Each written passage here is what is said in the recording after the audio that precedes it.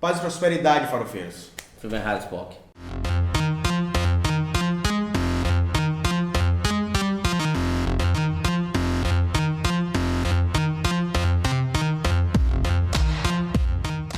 E antes da gente falar de Rogue One, se inscreve no canal, curte e compartilha o vídeo. E toca no sino. Vamos lá. A gente gravou um pequeno trecho lá no cinema, um antes e um depois, confere aí. E aí, essa filme Vai ser que primeiro spin-off do Star Wars no cinema, né? Porque tem que ficar no cinema. Vamos ver se vai dar certo essa porra aí. Tomara que dê. A gente se encontra depois.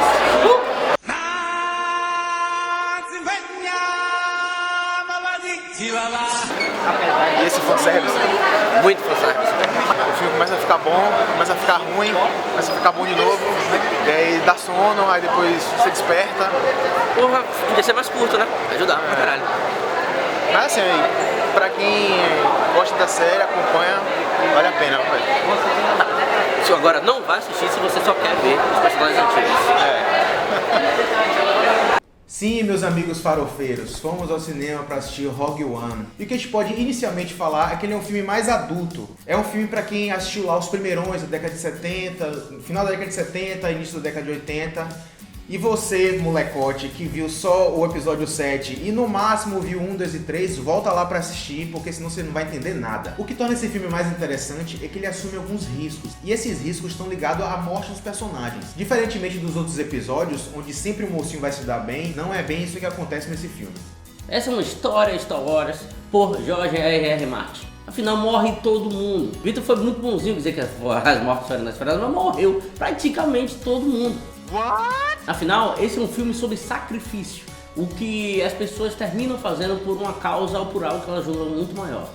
E falando em morte, o filme tem algumas mortes marcantes. Uma delas é do droid K, que se mostra um droid além daqueles droids que a gente conhece, R2-D2, BB-8. E o ponto interessante é que esse droid, de todos os droids que já passaram durante a saga, ele pareceu mais humanizado. Isso faz com que a morte dele seja um pouco mais sentida. A morte de Chirrut pra mim foi a mais sentida, porque de longe pra mim foi o melhor personagem apresentado nesse filme. Falando no Chirrut, é muito interessante como o filme aborda a questão da força usando esse mesmo personagem. Durante o filme não fica muito claro se ele realmente domina o uso da força. Fica assim, o filme deixa muito à deriva do espectador, para quem tá assistindo ali, interpretar, ver se realmente existe ou não a força, né? Pois é, nas interwebs o pessoal fica discutindo pra ver se de fato ele tava usando a força ou não tava usando a força, se ele só era crente. Bem, na minha opinião, ele tinha algum contato com a força, só que a força não tinha despertado completamente nele ainda. E uma cena que comprova isso é justamente a cena em que ele tá ali meio que num mantra, né? Passando por um tiroteio. Claro, ele morre depois, mas enquanto ele tá indo, nenhum tiro pega nele. Então, assim, realmente é o filme deixando pra você interpretar isso. E nesse filme, querendo ou não, melhorou, sei lá, 0,5% dos Stormtroopers e ele poderia realmente ter sido acertado naquele momento. Eu acredito que o grande mote desse filme é explicar como foi a destruição da Estrela da Morte. Afinal, a gente tinha a impressão que tinha sido algo muito fácil, entendeu? Que deu um tiro lá e acabou destruindo a porra toda. Nesse filme a gente foi apresentado a falha técnica e que essa falha técnica tinha sido proposital. A destruição da Estrela da Morte aconteceu às custas de muitas vidas, muito tempo e muito sacrifício. Antigamente a gente tinha a impressão que Luke tinha acertado um tiro no único lugar disponível porque ele era escolhido. Na verdade, era o único lugar possível para se destruir a Estrela da Morte. Agora, pontos não tão bacanas no filme. O filme poderia ter sido mais curto, ele foi muito longo. Até nas batalhas, que é a parte de ação do filme, a gente espera que acabe logo porque fica maçante. E pra mim, eu achei que de 2 horas e 10, mais ou menos, 2 horas e 15 que tem o filme poderia muito bem ter 1 hora e 45, 1 hora e 50, tranquilo, e ter o mesmo sentido, ter a mesma experiência estética que você assiste o filme, seria a mesma coisa. Teve alguns inserts que eu não curti muito. Tudo bem, se você é fã de tentáculos, etc., é o problema seu. Eu, pessoalmente, não gostei dessa cena porque parecia que não tinha motivo. Estavam procurando uma razão para meter um bicho estranho na tela. A gente sentiu também que os personagens poderiam ser melhor desenvolvidos. Um exemplo é a própria Jean. Em 2 momentos que se mostra no filme, ela pequena, né, que é a introdução do filme, e outra maior. Qual é a real motivação de Jean nessa história toda? O que acontece? E a relação dela com o próprio cara que criou ela depois. Pois é, a sensação que eu tive foi que ela luta porque o pai dela mandou ela lutar, ou ela luta porque ela quer ser que nem o pai. Se tivesse sido mostrado o treinamento dela, uma maior interação dela com o Saul Guerreiro, provavelmente teria desenvolvido melhor os dois personagens. Que aliás, Saul Guerreiro também poderia ter sido um personagem muito melhor. Parece que foi cortada do filme a parte do treinamento. Oh, God! O ator que interpreta Saul, Forest Whitaker, foi muito mal aproveitado nesse filme. Afinal, a gente já sabe quais são as qualidades dele como ator. Sem falar que ficou muito forçado ele ficar falando daquele jeito o tempo todo. No todo, o personagem ficou muito forçado.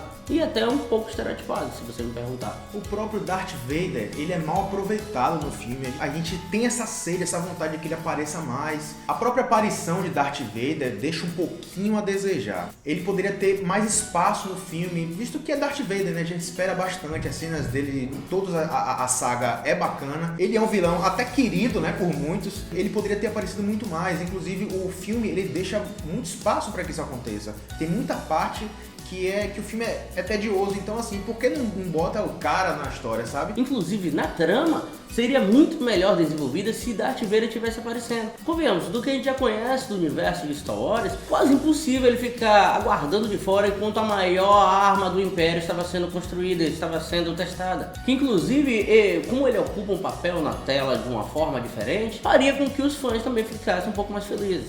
Sim, eu gosto de fanservice.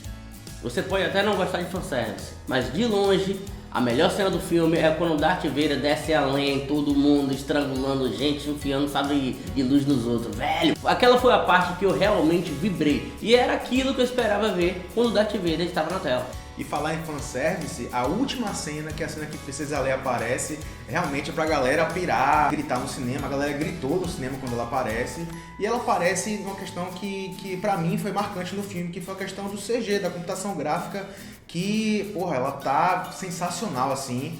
Tipo, tanto na Princesa Leia, quanto no personagem do Grand Moff Tarkin, o ator que já faleceu, e eles reconstruíram, e porra, sensacional, muito bom.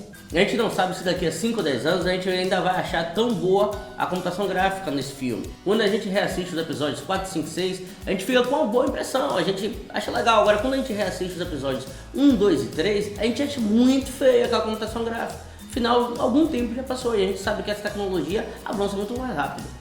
Uma questão interessante na saga Star Wars é o uso dos personagens droids. A gente observa que em toda a saga teve lá o R2-D2, o C-3PO, e agora nessa nova leva teve o BB-8. A gente percebe que eles não querem perder a mão com isso, que eles viram que isso funciona, né, pro mercado e tal. E aí inseriram o K, né, o K2SO, que é um personagem que a gente já falou, é um androide mais humanizado e tal. Ele tem um alívio cômico, ou o filme tenta empurrar isso pra ele, esse alívio cômico, essa função do alívio cômico, né? Pra mim ele funciona mais como um personagem humano do que como um droid, como normalmente apresentado na série. E na questão do alívio cômico, eu achei que o personagem de Donnie Yen é muito melhor. Até depois do filme eu continuei dando risada, a galera botando o saco pro cego não ver pra onde tava indo. Então sei que botaram uma pressão danada, dizendo que os Stormtroopers agora é tudo fada preta, tudo miseravão. Só que esses bichos aqui, velho, continuam acertando porra nenhuma, velho. O Asa de Elite o quê, velho? Os caras 5 metros de distância atiram pro alto. Inclusive na cena que a menina se esconde naquele buraco lá, fica assim com uma fresta, dá pra ver o olho da menina, pelo menos na câmera isso fica muito evidente, não fica tão escondido. Eu achei que eles fossem encontrar a menina ali, porque,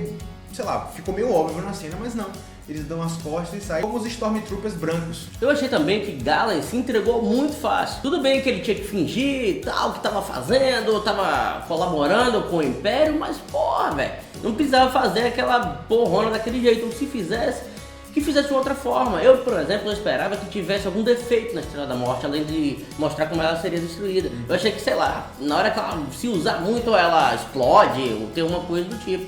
E por ele pertencer à Aliança Rebelde, eu, sinceramente, eu não achei que ele fosse ter compaixão por aqueles engenheiros lá que o cara tá perguntando que era o traidor e no final ele fala, não, fui eu, que parece que ele teve pena ali, que ia matar os caras. Sinceramente, quando me vem à cabeça essa coisa de rebelião, é aquela coisa de juramento, de o cara não vai entregar nunca. Então eu esperava isso dele. Considerando também que o filme é sobre sacrifício, faria todo sentido naquele momento ele sacrificar aquelas vidas para poupar outras no futuro.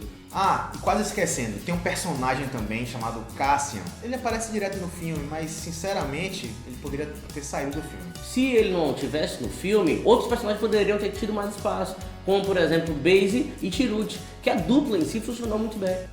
Aproveitando esse gancho para falar do desempenho dos atores, o próprio Diego Luna, ele que nem é assim um ator ruim, ele fez Milk, que tem uma atuação até satisfatória. Eu acho que ele ficou muito apagado no filme, talvez por conta do roteiro, por conta da direção.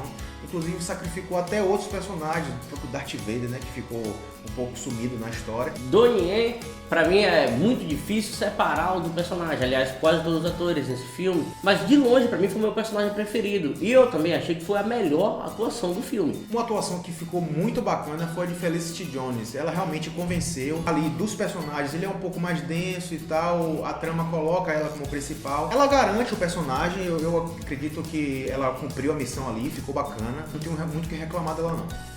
Eu também gostei muito dela, só que é difícil não compará-la com a Rey.